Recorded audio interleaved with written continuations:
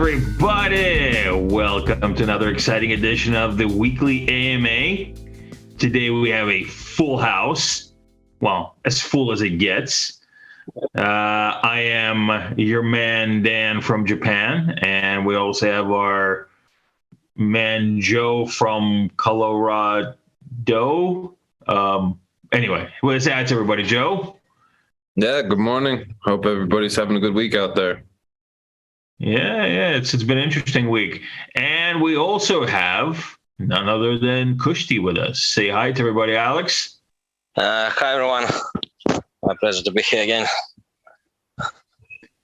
Yeah, we got a lot of a lot of good stuff happening this week. So from my end, we've been continuing trying to feel out different funds that would potentially be good for investing in various projects in Ergo. So this week we're still kind of trying to get some traction from them.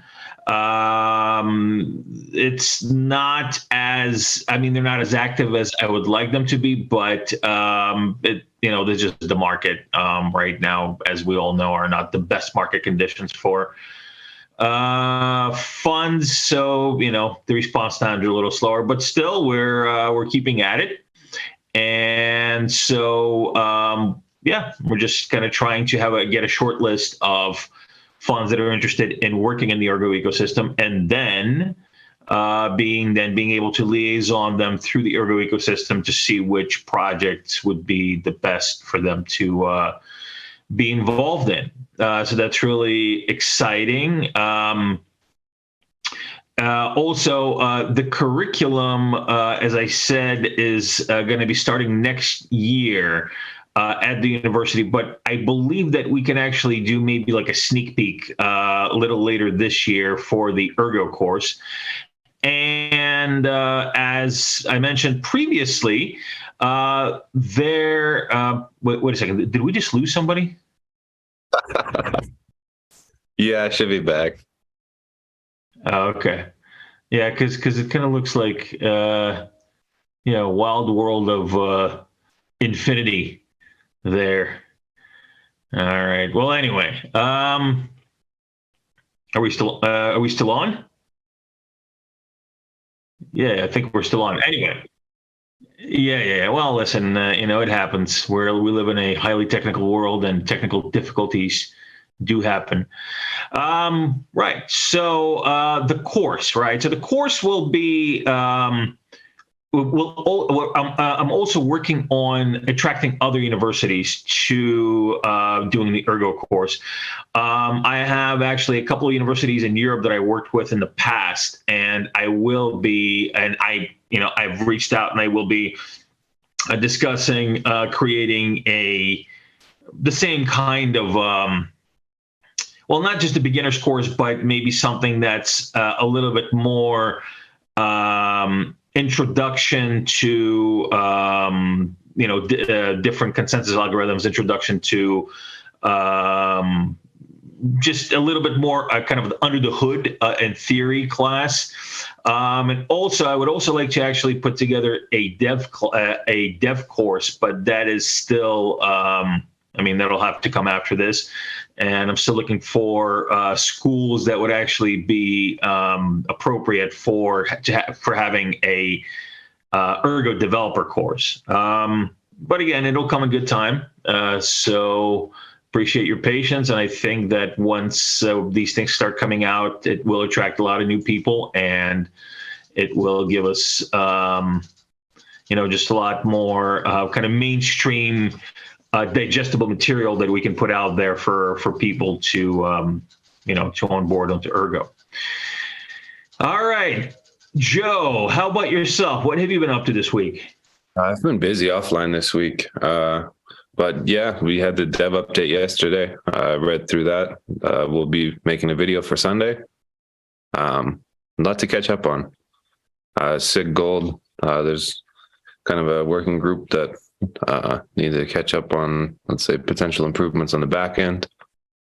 So yeah, right now I'm behind. So my goal is to catch up.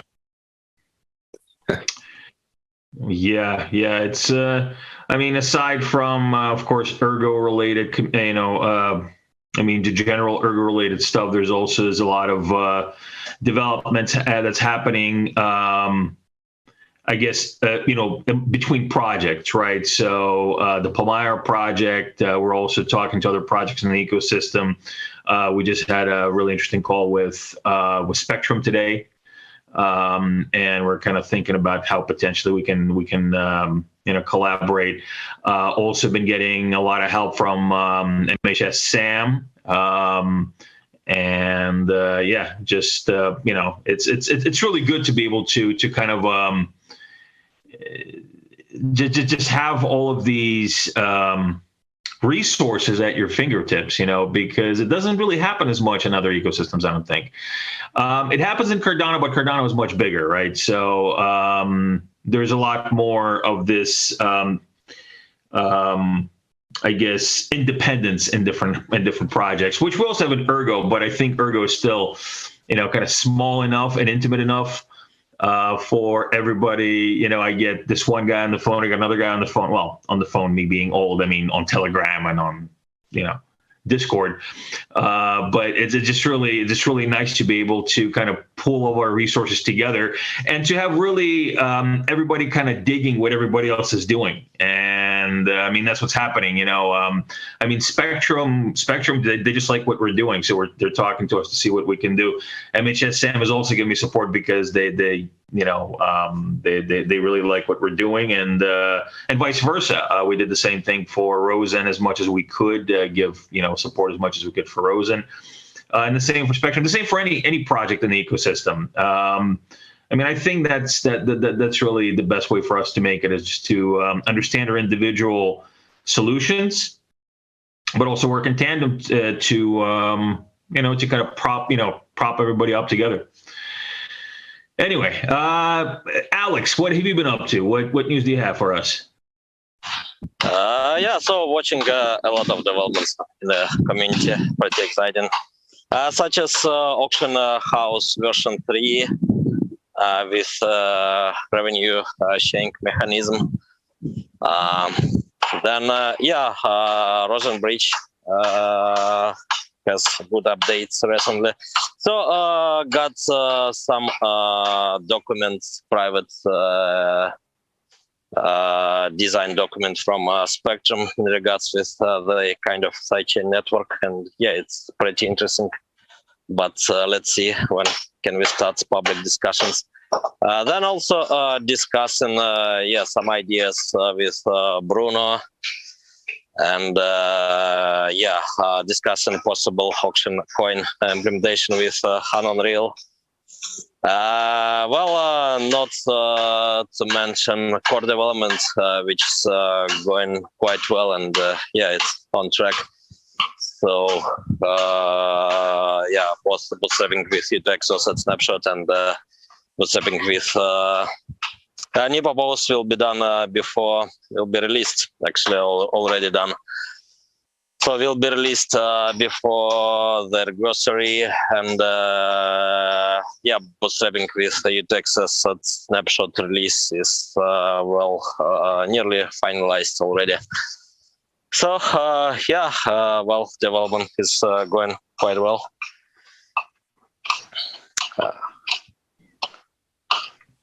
Yeah, absolutely. We're definitely building. There's definitely a lot of building happening in the ecosystem right now. And again, I keep saying this, but for once, it's really good to be in the middle of it. I mean, I am doing my work from the foundation side, but I'm also kind of in the. I feel like I'm in the trenches, and it just feels really good because you get to really kind of see that get what you're saying reassured, because you see how the ecosystem works, and everybody just tries to prop everybody up, and it's just really, really great. I'm really looking forward to potentially working with Bruno as well as Alex on creating an incentive structure for our validator network, as well as working on token economy of Palmyra. And so that's you mentioned Bruno. obviously I worked with Bruno for some years at IOG, and now I'm really happy that he is getting more involved in the Ergo ecosystem.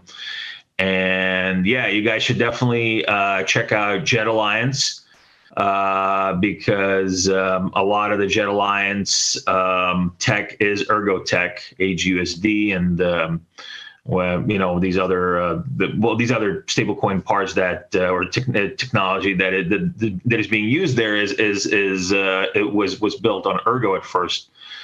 So it's really, really cool stuff. I really recommend you guys follow them on Twitter and just kind of keep up with the developments. It's a really, really interesting group.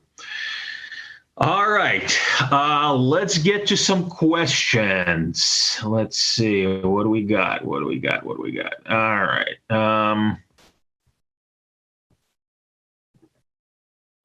All right, well, okay. Let me answer this one really quick. Can you explain, please, why no Ergo Pulse episode this month? Yeah, we actually did record an Ergo Pulse episode this month. It should be coming out shortly. It took a little bit longer, I guess, to put it out, but it should be coming out shortly. So, yeah, please kind of hang in there, and we will we'll get to we'll get it out to you as soon as possible. And so this is actually another good question from Big3D FPV. Says, Dan, when you joined Ergo, you said you said your goal was to get to top 20. Do you still believe in that? Yes, I do. I believe in that because even more now, because I really truly got to experience the ecosystem from the inside out, and even more now that I'm building within the ecosystem. As I mentioned before, one of the reasons why I'm building in the ecosystem is because I believe that what we're doing is going to help get Ergo where it belongs. So yeah, I still definitely believe this, and I think we're on our way and we're doing great. But these things take time. All right, let's go to another one. All right. All right. Okay, so this is actually something that I forgot where it came up in which conversation, but I think maybe even in the last anime. Anyway, so Marcus asks, "Hello guys. Is POUW, proof of useful work, off the table or Lycos V2, taking into account the possibility of running POUW with will require a more centralized approach, possibly?" Joe, I know you spoke about proof of useful work before. So I mean, what are your thoughts on this? Well, let's start, I guess, from the basics. If you want to change the algorithm that Ergo runs, you got to talk to the miners, right? If you have a blockchain where one small group of individuals like the foundation can say, hey, we're changing the consensus algorithm, that's not so decentralized now, is it? So that's the first thing to say. Proof of useful work is the first thing. I don't like the name, right? I think that proof of work is useful, especially if you look at something like SNISPs that Lethos was kind of researching the implementation of, which kind of allows miners to mine in a transparent and trustless manner. That's a pretty useful variant of normal proof of work. It's still interesting to see how that's going to structure itself in the market, because, in a way, you're potentially creating external partners like that's service oriented, and specifically external partners that are performing a service that already exists, right?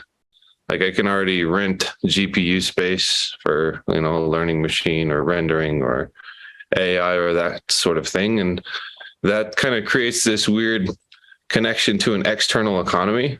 Now, whether the incentives of that make sense, what the algorithms are, whether people try to create kind kind of custom mining software that maximizes the quote unquote, work part and kind of games it. It's hard to say.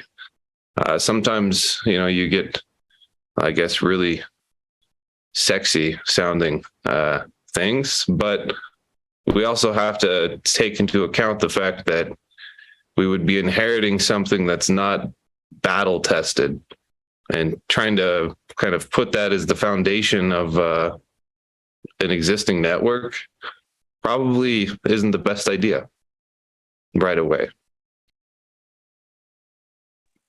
No, if miners wanted to, really push for that, they're welcome to. But I think that, well, it's an interesting idea, right? I'll start there. But until you have battle testing, until something has demonstrated its strength and resilience in time, I question the wisdom of that. Sometimes, we get really popular narratives, but, we have to ask the question, okay, if we're going to have conservative assumptions, that probably doesn't make sense in my mind right now.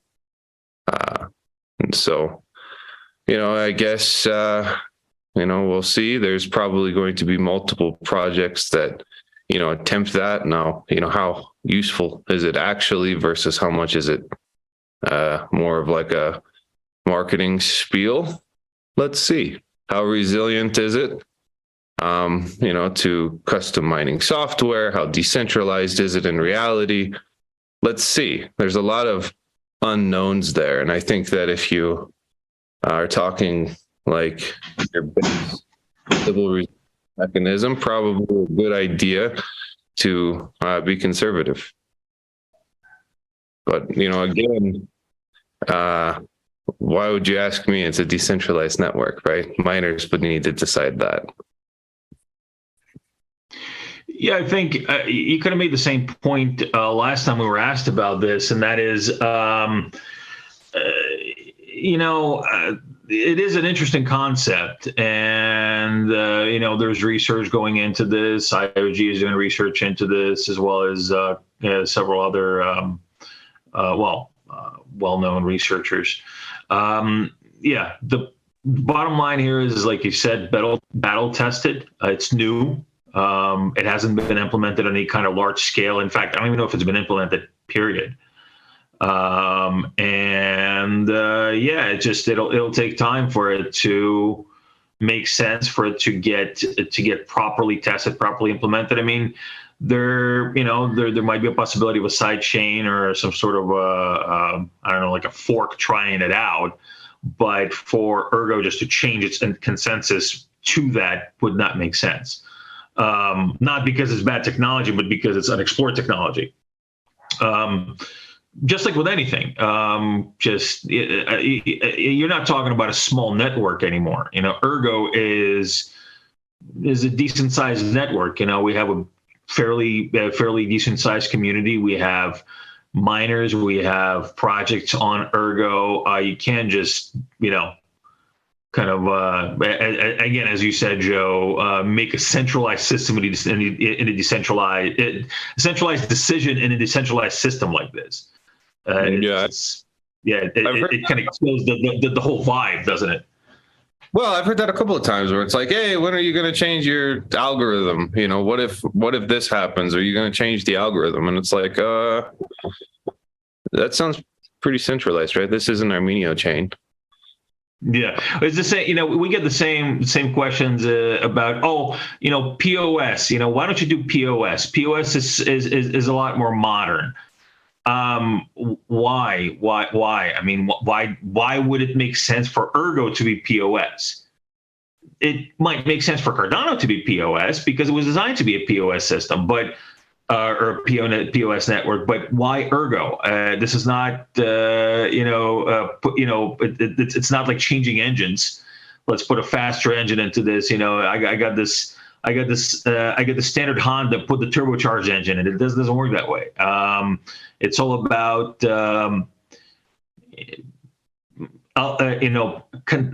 just product market fit in the way. It has to fit with the product that's being implemented in, and Ergo would not be that necessarily. So it's not that easy to just pivot to this, because it's a decentralized system. In a decentralized system, you need to have decentralized consensus, and to reach that consensus, something has to make sense. And it's the same thing as a lot of other things. Like, people say, well, why doesn't this happen? Why doesn't that happen? Mainly it's because of business. It's a business decision as well. Why would the miners all of a sudden just pivot to this thing they don't know? They're, it's a business for them. I mean, there are some people just mining Ergo just to mine Ergo, just to, contribute to the network.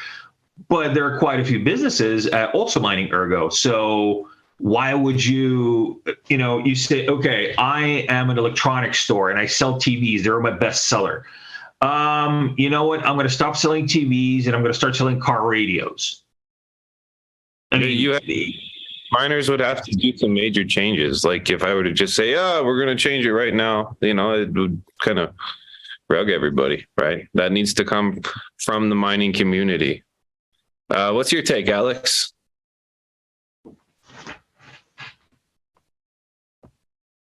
I agree that playing with consensus is a dangerous game. So, Ergo was built with Scorex framework, as many people probably know.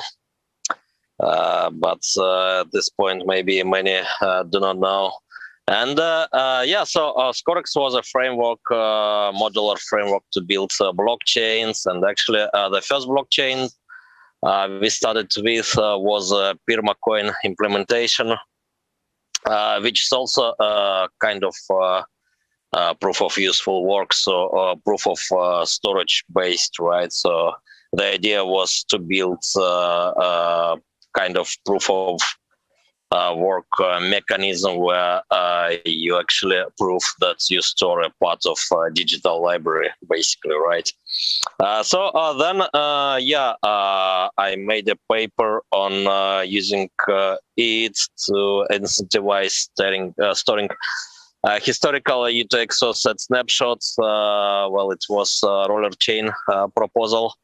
So the initial idea was to build Ergo on this kind of proof of internally useful work, let's say, right? So to use proof of work to incentivize storage of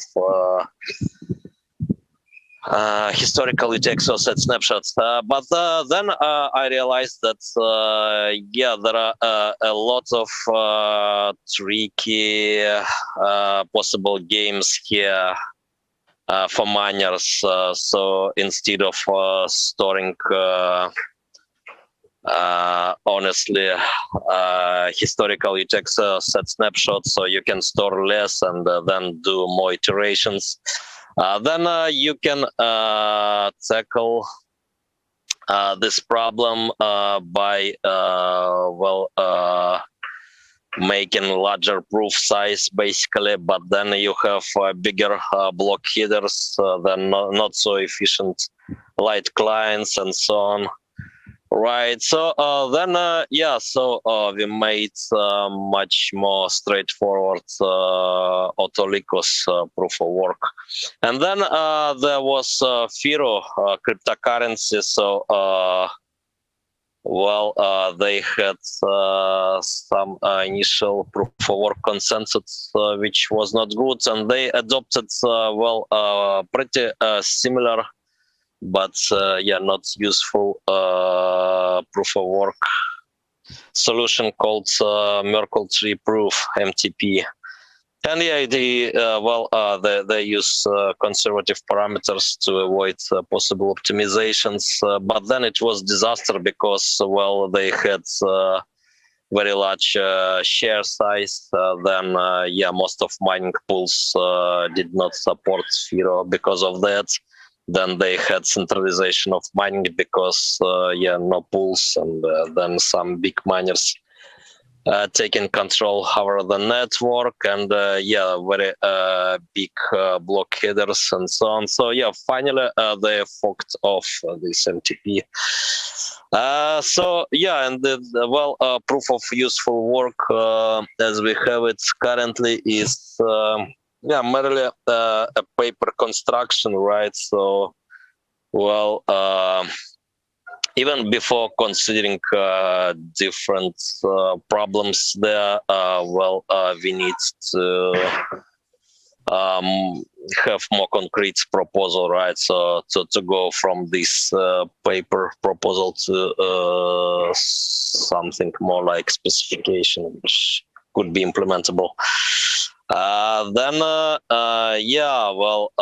For this specification, probably there would be a lot of problems to consider. And in general, when you have incentivization coming from network participants, right? So when basically network users will incentivize miners by proposing useful work puzzles, right, to solve, then lots of crypto economic problems here also, and they are still unknown. The problems even are not known in this space. So then it's for some experimental sidechain, probably not for the Ergo. Yeah, even not talking about the points already raised, such as the network upgrades. Yeah, you get into a weird question many times if you're talking about like internally useful work. Is that so useful? Or if it's like you're connecting to some external market, does that create additional complexity in terms of like let's say the service side that you're trying to provide? And are you getting into an existing market that already exists, and how are you going to let's say outcompete that practically long term? Are you creating like an external vulnerability that economic relationship then is like a point of like critical vitality for the incentive of the chain? There's a lot of weird questions there that pop up that I think kind of lay behind this idea that it's sexy.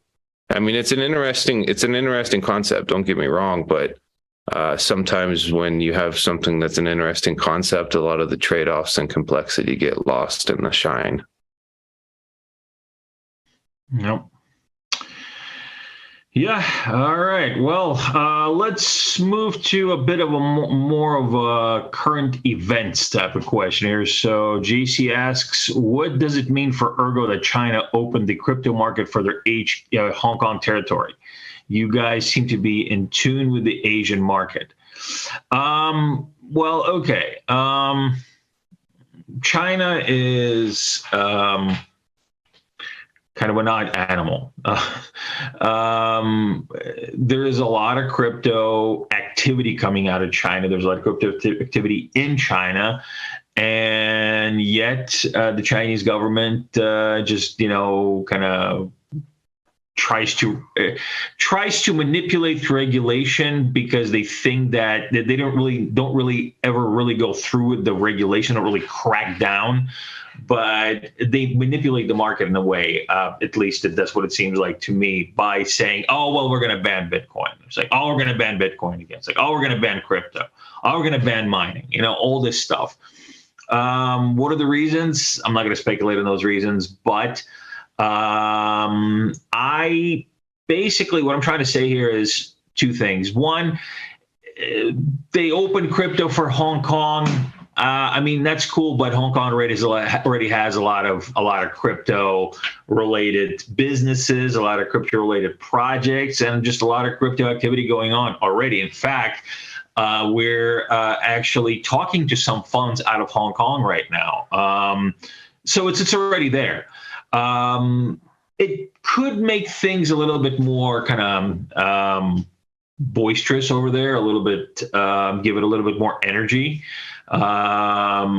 but I don't really think that it'll kind of change things that much. It'll just kind of help some things come out from the shadows and into the light, because I'm going to be as afraid of having to, kind of pay off whatever taxes or whatever kind of regulations are imposed on them. So that's what I think about the Hong Kong market being, quote unquote, open by China for crypto. What do you think, Joe? Oh, I think it's interesting, to be honest. Hong Kong's always been kind of a runway for Chinese liquidity to move from the mainland to abroad. And I guess if you're looking at like the macro global situation, there's a question like where to put it right now, with the US having its dramas. I think it's interesting that they're kind of expanding access to that as an asset class. We'll see. I think that, as the US has kind of shifted in more of like a anti-crypto stance, you are seeing other jurisdictions position themselves to try to pick up some of that global liquidity. Hong Kong is one, Singapore is another, Dubai is another.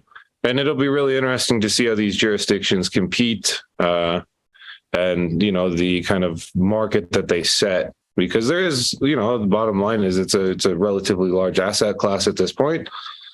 There's a lot of liquidity, a lot of money to be made sitting in the middle if you can kind of act as that, let's say, middleman endpoint. So I think that, probably the Chinese as a whole are interested in that. It's also interesting that it's off of the mainland, right? So it's kind of in like their innovation zone, I guess. It's not, directly having a massive impact on the mainland society, but it gives capital moving from the mainland access to that asset class. So we'll see. I think it's net a positive thing, depending on, how the, I guess, back end or regulation there is structured. And that's still something that's in development. Well, what do you think about it, Alex? Yeah, so honestly, don't know much. So I've been 3 times to China, so 2 times to Shanghai, and 1 time to Hong Kong. Actually, we had a pretty good roadshow back in 2019, and Shanghai event was especially good. So hopefully this autumn can do some Asian tour again. So thinking about Beirut, Dubai, Bangalore, and Hong Kong probably, maybe some other towns on the way. Let's see. But so probably from Beirut to Hong Kong. Then can stay more. So at the moment I'm not very familiar about situation there, to be honest. Yeah, well, we were talking for a while, weren't we, Alex, about doing a kind of an Ergo road trip. We should definitely rehash that idea soon, because I really like the idea. And hitting China and Middle East and Europe, maybe Turkey. That would be really, I think it would be really cool. Turkey has got an amazing amount of activity right now, crypto activity. I'm actually advising an incubator in Turkey right now, and it's amazing. There's just so much going on there, and there's actually quite a lot of capital there as well. It's just really inspiring to see that they're really kind of letting projects do their thing. So I think it would be good for us to visit all those places, Alex. All right, let's see.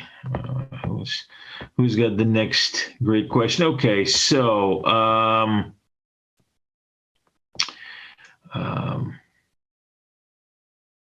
Okay, so here's a bit of a technical question.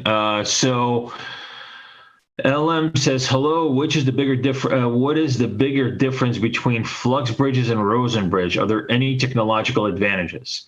I'm sorry to keep going to you for every time going to you first, Joe. But why don't you tackle this one first? Well, the honest answer is I don't know what the assumptions are in flux bridges. So LM, I guess the first question you have to answer is finding the source code for the flux bridges, right? What does the backend look like? I'm sure that if you were to find their GitHub and drop it on like the Ergo platform chat and tag MHS or someone else, they'd be happy to give a kind of a high level overview and see what are the trade-offs, right? Because that's really what you get into oftentimes when you're talking about bridges is security assumptions. So directly, I don't have the answer to that question, but I at least know the process of answering that question. So find their repository and drop the link for it. What about you, Alex? What do you think? So digging through the white paper even at the moment, but I don't see. Can find information about security assumptions. I believe every white paper should have a separate section on its security assumptions. So I actually proposed that back in 2017, in some private talks, our financial cryptography conference, which taken place in Malta.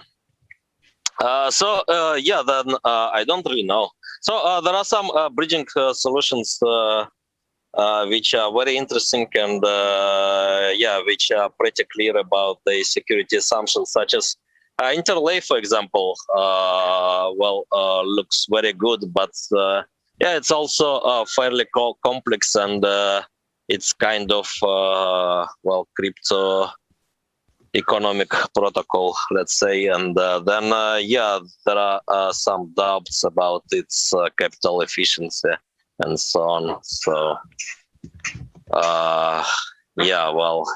it would be interesting to compare it with most simpler solutions like Rosen in the long run, but at the moment it's not quite clear how it will behave in the long run.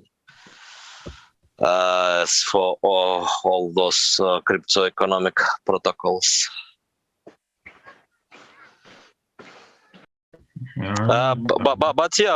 Very interesting stuff. So I can recommend to take a look to interlay.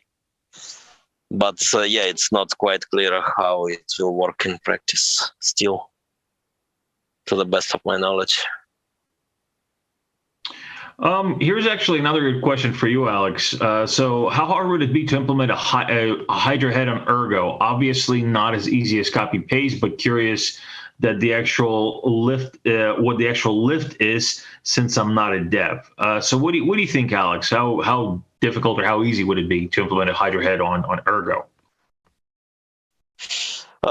So actually, the scheme is pretty straightforward, right? So, Ergo is supporting it. Then we need to modify the actual software, and without taking a look, I cannot say precisely how cumbersome would it be to translate the Ergo blockchain. But I think it's mostly the software is mostly about peer-to-peer interactions, and then need to check is it modular, so can we just add new blockchain by adding a new model to the software. If so, then it's more or less straightforward job. And so I've studied the Hydra paper, and it's doable for sure in Ergo.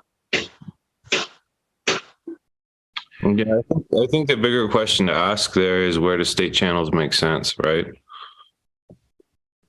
Yeah, actually, I'm currently taking a look to different schemes proposed for Bitcoin, such as state channels, very interesting proposals. And well, today in the main chat, so someone put a link for ARC proposal I'm not aware of. So it's, well, another interesting layer 2 proposal for Bitcoin, which is not running on the Bitcoin, and it requires for OpsCTV soft fork, but yeah, can be done on Ergo right now because, well, Covenant's already supported, and yeah, it would be interesting to take a look to schemes like that. So we'll spend sometimes at some points, probably this summer. Then yeah, probably we'll do some forum posts on all those things, such as state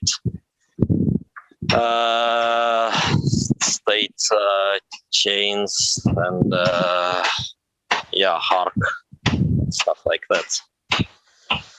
And yeah, so Hydra is state channel. Yeah, sorry, not state chain, but yeah, it's kind of well, multi-signed state channel proposal, and yeah, it's pretty straightforward, actually.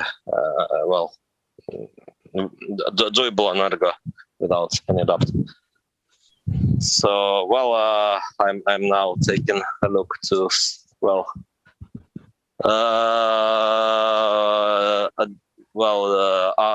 different proposals from Bitcoin again, such as state chains, ARC, and so on.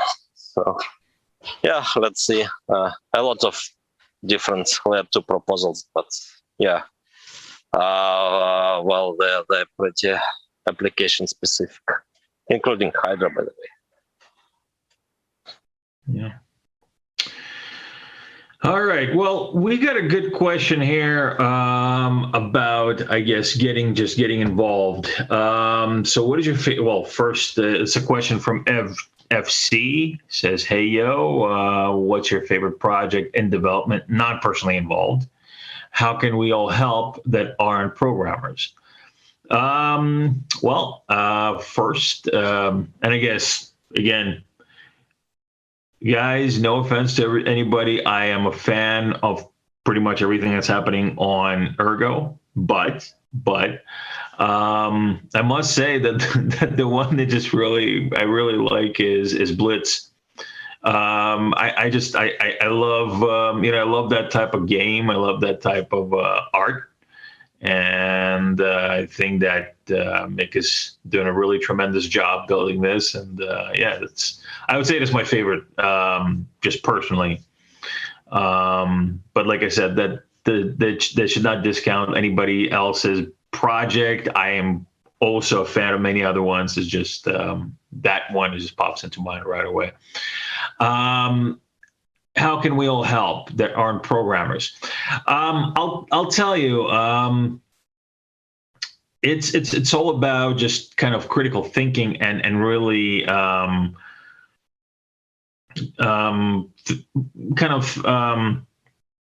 thinking outside the box, right? What I mean by that is we had just for Zengate and for Palmyra, we had several people reach out to us, many of whom were not programmers, and they said they would like to help. They'd like to be involved in this and help us out. And it took some conversations, and some people just, we didn't really have anything for them to do right now. Some we did. So I would say, if you want to be involved, reach out to your favorite project and kind of offer them your skills, what you can do. You could be a salesperson, you could be a good strategy person, you could be a marketing person, you could be any one of those things. A good manager, right? A project manager. I don't know. Just think about what are your strong points, what you can offer to the project. Look at the project, right, and think what you can offer to the project. aside from programming, and just reach out to the project. And I'm sure that many of the projects, if not all the projects, would be more than glad to at least accommodate you with a conversation. So yeah, I would say that's the best way of doing it. What do you think, Joe? Well, what's your favorite project right now that you're not involved in, and how can people get involved? No, I think Cheese has done some amazing work with Signify and with kind of the idea behind Lethos. I think both of those are pretty innovative, disruptive, really empower peers, which is awesome. In something like that, you have multiple ways you could potentially assist. I think that education and marketing are probably the most useful. Usually, from my experience anyway, developers are not always the best at, or even in some cases have the desire to sell what they do. Rather, they are much more interested in building and testing and kind of improving that. So having kind of the community marketing machine behind them is a powerful force. It's an open question in a way in the broader crypto space, right? Like, what is the line where a central entity kind of selling themselves is, I don't know, ethical or legal or whatever. I don't think we're going to have Ergo Drone Racing League anytime soon.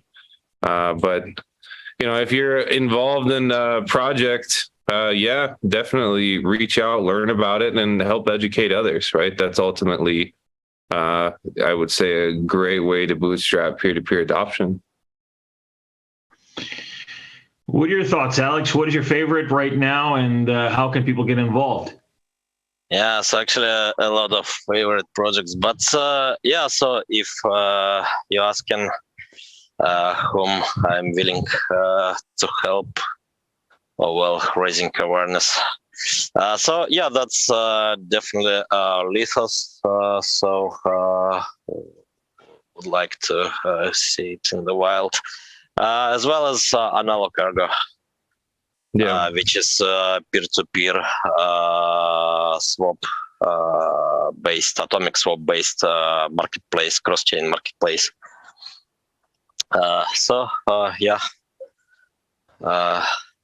Would be happy to see those projects. So for others, a lot of cool projects which I believe will be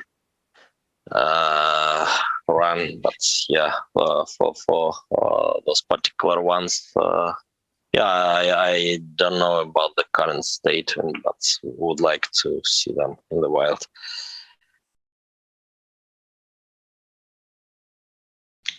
All right. All good answers. Okay, so here's another question that we have gotten asked in a certain way before, but I think it's also good to kind of revisit these things. So what is the best way to quantify development building on Ergo? And I'll let you go first, Joe, because you do handle a lot of the technical updates and you kind of have your finger on the pulse of everything that's going on. So what would you say?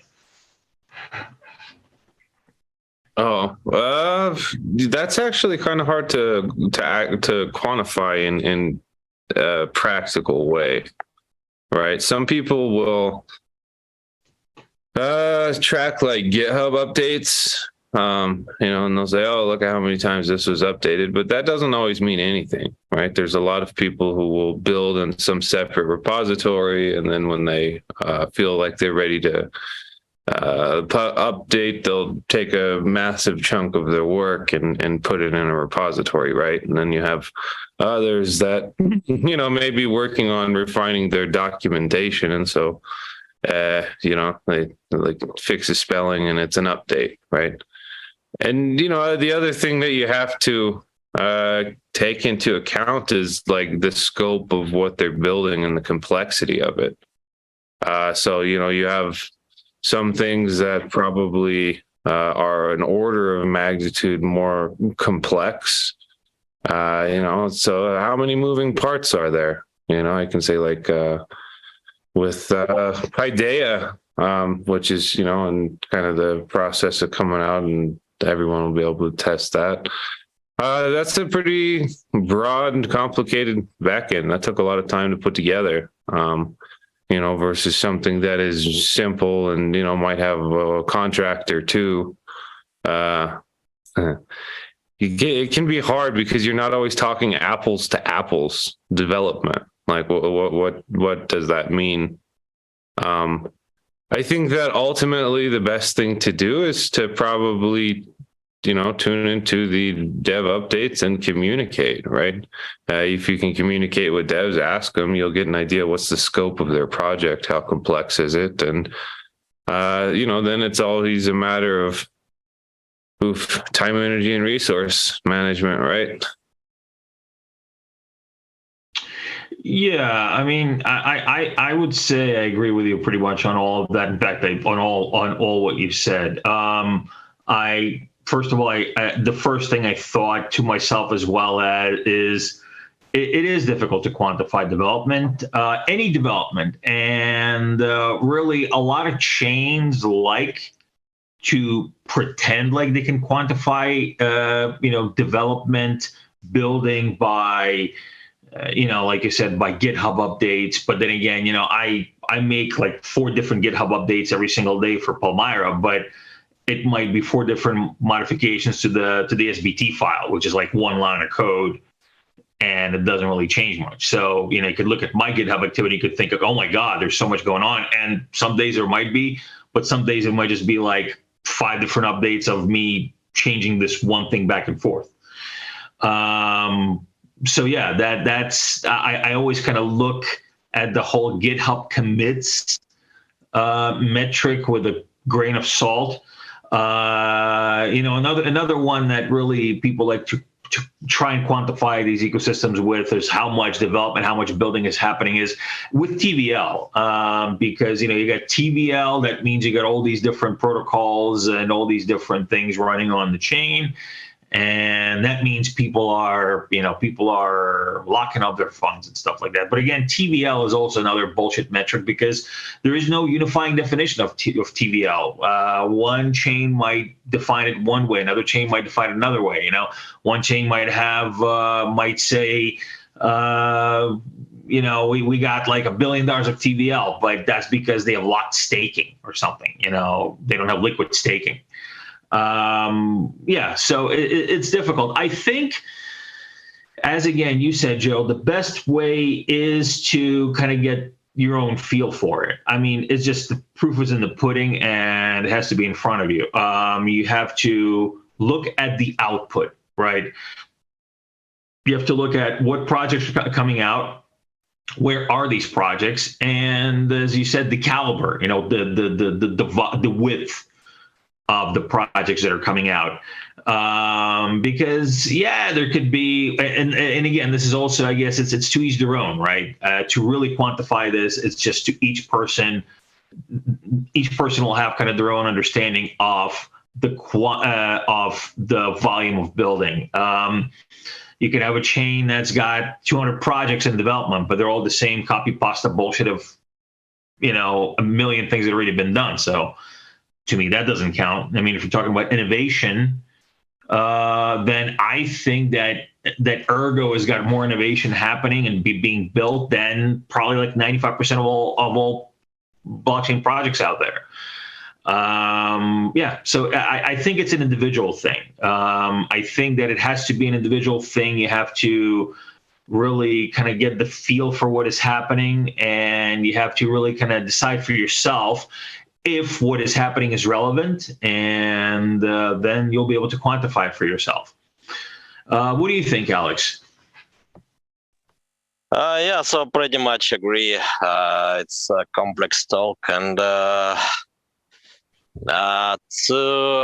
it's some hit to Ergo development. I actually think, as I already pointed out during a few MAs, it is probably needed to be innovative in regards with funding, so projects funding. And I'm actually thinking about maybe establishing some group to discuss this specifically, right? So there are a lot of interesting models I'm having talks with ecosystem developers regularly about that.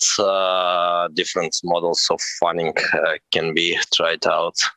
So yeah, would be good to be innovative in that, and it could be a different story on another level as well, right? In comparison with other ecosystems.